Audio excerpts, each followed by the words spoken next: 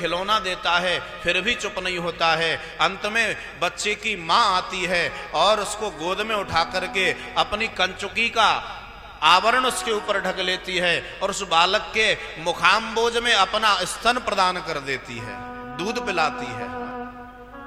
और जब बालक को दूध पिलाया जाता है तो बालक उससे तृप्त होता है, शांत होता है, सरल होता है, रोना बंद कर देता है और वो शांत होकर के माता की ही गोद में चुपचाप शांति के साथ में सो जाता है। यही जीव की भी प्रक्रिया है।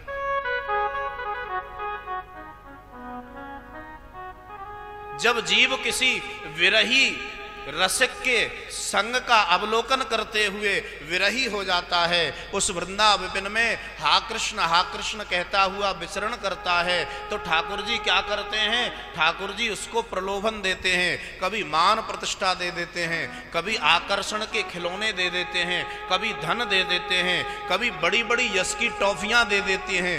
परंतु जिनका विरह परिपक्व हो गया है वो इन विविध आकर्षणों से मुग्ध नहीं होते हैं। तब अंत में श्री किशोरी जी कृपा करने के लिए प्रकट हो जाती हैं।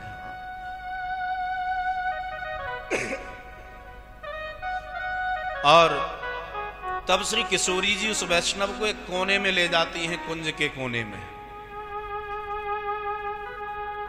और अपनी कंचुकी का उन्मीलन करके उस विरही वैष्णव के कान में ग्रंथ का प्रवेश करा देती हैं। ग्रंथ रूपी दुग्ध जो है उसके हृदय में विराजमान करा देती हैं। और जब तृप्त होता है जीव तो वही जीव शांत शुद्ध मुक्त प्रबुद्ध हो जाता है और वो ऐसा सोता है कि उसे उठाने के लिए साक्षात श्री बिहारी जी को प्रकट होकर के आना पड़ता है वृंदावन में।